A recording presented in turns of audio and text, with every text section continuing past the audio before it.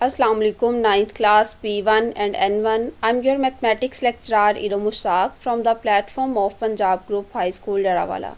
Students, hope you are fine and well. Today 4th May 2020 we are going to discuss exercise 4.1 question number 4 and 6. We will also discuss some definitions of chapter 4 in this lecture. Students, जैसा कि आपको पता है कि हमारे इस chapter का name है algebraic expressions and algebraic formulas. सबसे पहले हम यही डिस्कस करेंगे कि अलजेब्रिक एक्सप्रेशन क्या है। उससे पहले बेटे यहाँ पे मैंने कुछ टर्म्स लिखी हुई हैं, इनको देखते हैं। ये जैसे कि 3 है, इसको हाईलाइट किया गया है, ये 2 है, इसको हाईलाइट किया हुआ है। ये टर्म्स या नंबर्स हैं। इनके साथ जब वेरिएबल्स को अटैच कर दिया, ये यहाँ पे 3 के साथ x एक वेरिएबल है, 2 के साथ xy वेरिएबल है। जब इन टर्म्स के साथ वेरिएबल को अटैच कर दिया जाता है तो फिर हम इन्हें कहते हैं अलजेब्रिक टर्म्स। मुख्तलिफ अलजेब्रिक टर्म्स को जब आप जो है वो बेसिक अरिथमेटिक ऑपरेशंस जो कि है एडिशन, सब्ट्रैक्शन, मल्टीप्लिकेशन या फिर डिवीजन, यानी जो बेसिक अरिथमेटिक ऑपरेशंस हैं उनके ज़रिए से जब आपस में मिला देते हैं तो ये पूरे का पूरा एक अलजेब्रिक एक्सप्रेशन बन जाता है। तो यही अलजेब्रिक एक्सप्रेशन की डेफिनेशन है। N algebraic expression is that in which constants क्या होते हैं बेटे? कॉन्स्टेंट्स वो होते हैं जिनकी वैल्यू चेंज नहीं होती। फॉर एग्जांपल कोई भी नंबर 3, 200, 500 कुछ भी।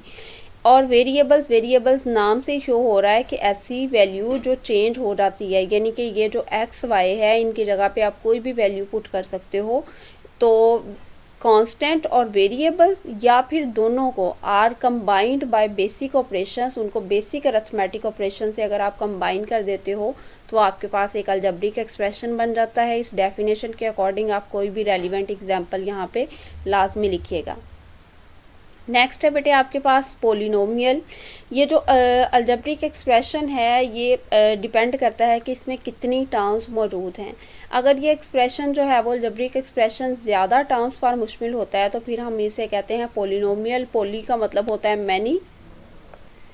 डेफिनेशन पढ़ते हैं हम इसकी। पोलिनोमियल मींस एन एक्सप्रेशन, ये एक ऐसा एक्सप्रेशन होता है विद मैनी टर्म्स जिसमें ज़्यादा टर्म्स मौजूद होती हैं। मैंने आपको बताया पोली का मतलब होता है मैनी और नोमियल यहाँ टर्म्स को शो करता है, तो जिसमें ज़्यादा टर्म्स होंगी उस अलजेब्रिक एक्सप्रेशन को हम पोलिनोमियल कहते हैं। हम जब एक्सरसाइज 4.1 कर रहे थे तो उसमें हमने पोलिनोमियल को पहचानने का तरीका भी देखा था कि दिए गए एक्सप्रेशन को हम देखते हैं कि वो कब पोलिनोमियल हैं अगर उसमें जो वेरिएबल का एक्सपोनेंट है वो कोई पॉजिटिव नंबर या फिर ज़ीरो है, उसमें नेगेटिव नंबर शामिल होना चाहिए एक्सपोनेंट का, तो फिर जो है वो अदरवाइज़ वो एक्सप्रेशन ही होता है। अगर वो उसमें पॉजिटिव या फिर ज़ीरो जो है वो एक्सपोनेंट है वेरिएबल का तो तब वो पोलिनोमियल हो जाएगा। नेक्स्ट है डिग्री ऑफ पोलिनोमियल, यानी एक पोलिनोमियल का दर्जा। तो बेटे जो उसमें हाईएस्ट पार आती है किसी भी वेरिएबल की उस पोलिनोमियल में, वही उसकी डिग्री है। फॉर एग्जांपल यहाँ पे ये जो मैंने आपके सामने एग्जांपल लिखी हुई है इसमें जो है वो हाईएस्ट पार यहाँ पे बन रही है इस वेरिएबल की 2। अगर इनको देखेंगे तो इसकी पार 1 है, इसकी पार 1, ये भी 2 बन जाएगी। तो यानी कि सबसे ज़्यादा बड़ी पार जो इसमें है वो 2 ही है, तो यही इसकी जो है वो डिग्री बन जाएगी। तो जब आपसे किसी भी एक पोलिनोमियल की डिग्री बताने को कहा जाता है तो एक्चुअली आपने उसमें जो वेरिएबल्स हैं उनमें जो सबसे बड़ी पार है उसको देखना होता है। नेक्स्ट डेफिनेशन इस चैप्टर की हमारे पास है रैशनल एक्सप्रेशन। आपको पता है बेटे कि रैशनल नंबर्स की जब हम डेफिनेशन पढ़ रहे थे तो हम कहते थे कोई भी ऐसे नंबर जिनको हम जो है वो कोशेंट ऑफ इंटीजर्स की फॉर्म में लिख सकते हैं, यानी p/q फॉर्म में लिख सकते हैं, वो आपके पास रैशनल नंबर्स होते हैं।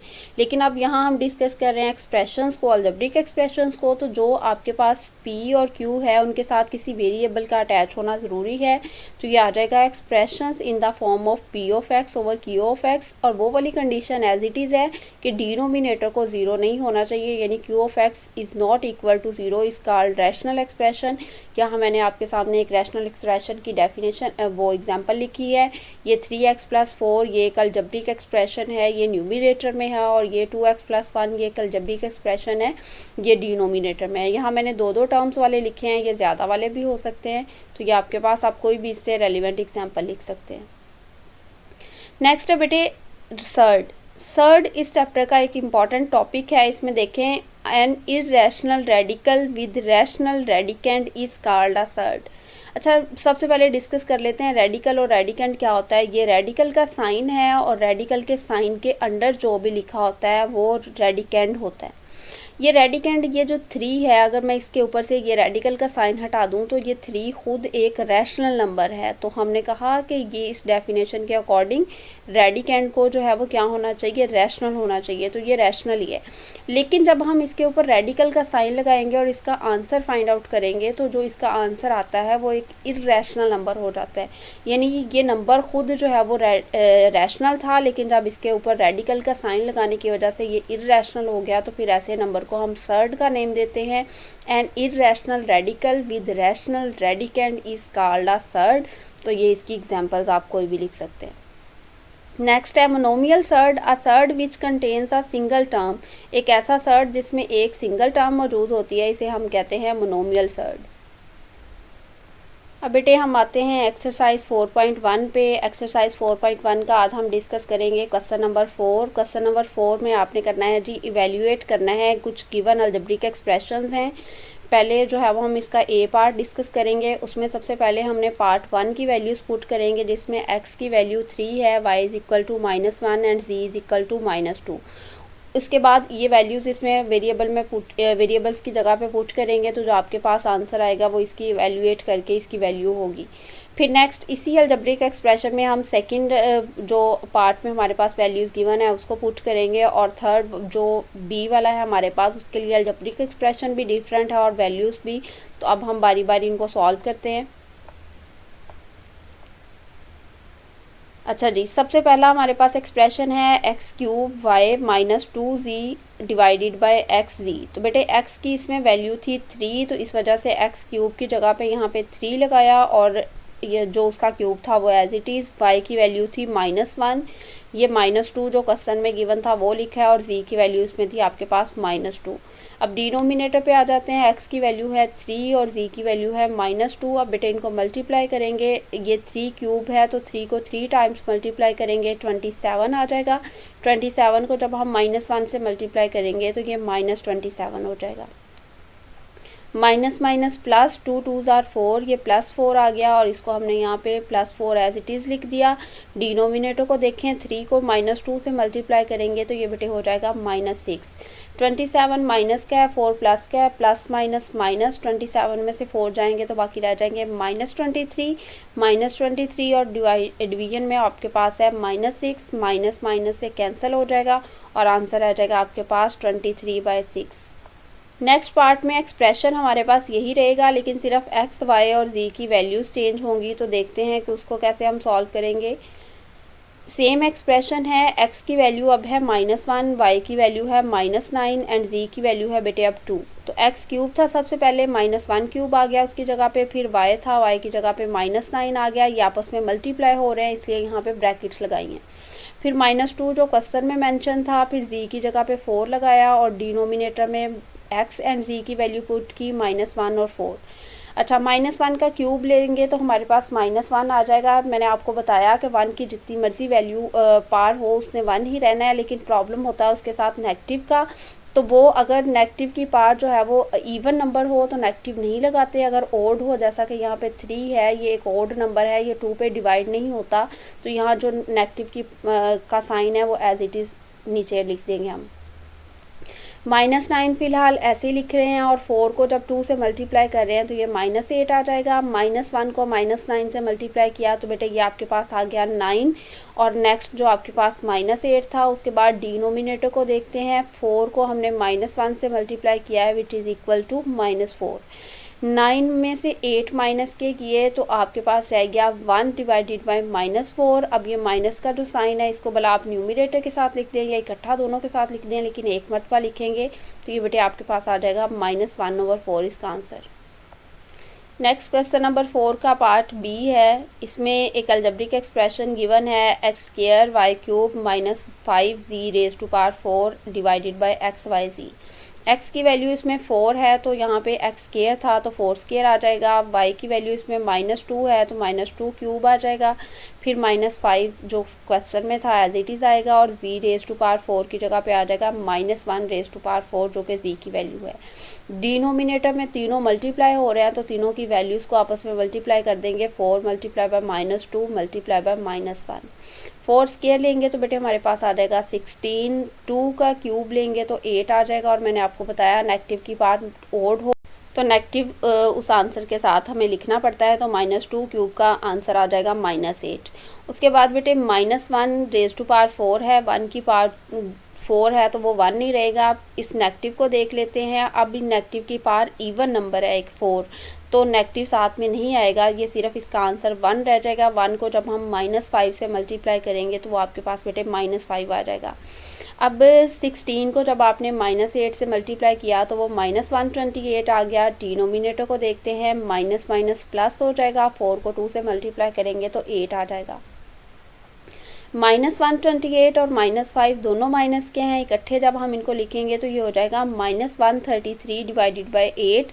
जब बेटे आप इसको डिवाइड करोगे 8 पे -133 को, ये मैंने आपके लिए यहाँ पे डिवाइड कर दिया इसको, तो ये आपके पास देखें 8 1 ज़ार 8, 13 में से जो है वो 8 गए, बाकी 5 रह गए। यहाँ से 3 इसके साथ लिखा और 8 6 आर 48, तो 53 में से 48 गए तो बाकी 5 रह गए। इसका क्वोशंट आता है 16, जिसको ये माइनस का साइन तो एज इट इज़ लिख लिया। 16 जो क्वोशंट है उसको हमने यहाँ साइड पे होल नंबर के तौर पर लिख दिया। जो रिमाइंडर है 5 उसको न्यूमिनेटर में लिखेंगे और डिनोमिनेटर वही रहता है जो हमारे पास एक्चुअल में होता है। तो ये 8 आ जाएगा, -16 होल 5/8। ये इस वाले एक्सप्रेशन का इवैल्यूएशन है या उसकी वैल्यू है आपके पास। नेक्स्ट हमारे पास है क्वेश्चन नंबर 6। आज हम डिस्कस करेंगे क्वेश्चन नंबर 6 में भी अगेन आपने जो है वो सबसे पहले हर एक दी गई टर्म को अलग-अलग सिंप्लीफाई करना है। उसके बाद बेटे अगर डिनोमिनेटर की टर्म्स और न्यूमिनेटर की टर्म सेम हैं और वो आपस में मल्टीप्लाई या डिवाइड हो रही हैं तो फिर हम उनको जो है वो कैंसिल करेंगे एक दूसरे से। देखते हैं क्वेश्चन नंबर 6 में, परफॉर्म द इंडिकेटेड ऑपरेशंस, यानी कि जो जो मेंशन है अगर वो मल्टीप्लाई हो रहे हैं या उनमें कोई फार्मूला लग रहा है उसके अकॉर्डिंग आपने उसको सिंप्लीफाई करना है।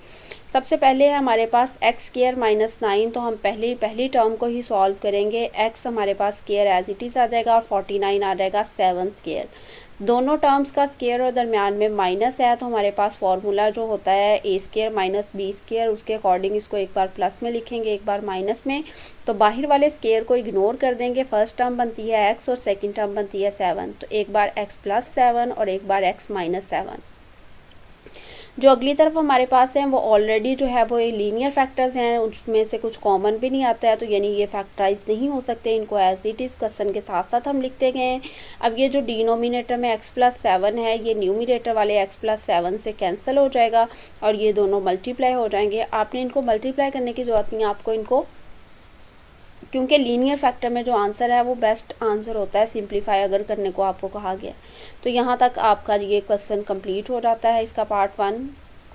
सेकंड पार्ट है क्वेश्चन नंबर 6 का। अलग-अलग टर्म्स को पहले सॉल्व करेंगे, उसके बाद बेटे हम इनको जो है वो सिंप्लीफाई करेंगे। सबसे पहले है हमारे पास 4x - 12, इसमें से 4 हमने कॉमन लिया तो ये आपके पास रह गया x और 4 3 ज़ार 12 होता है तो -3 रह गया।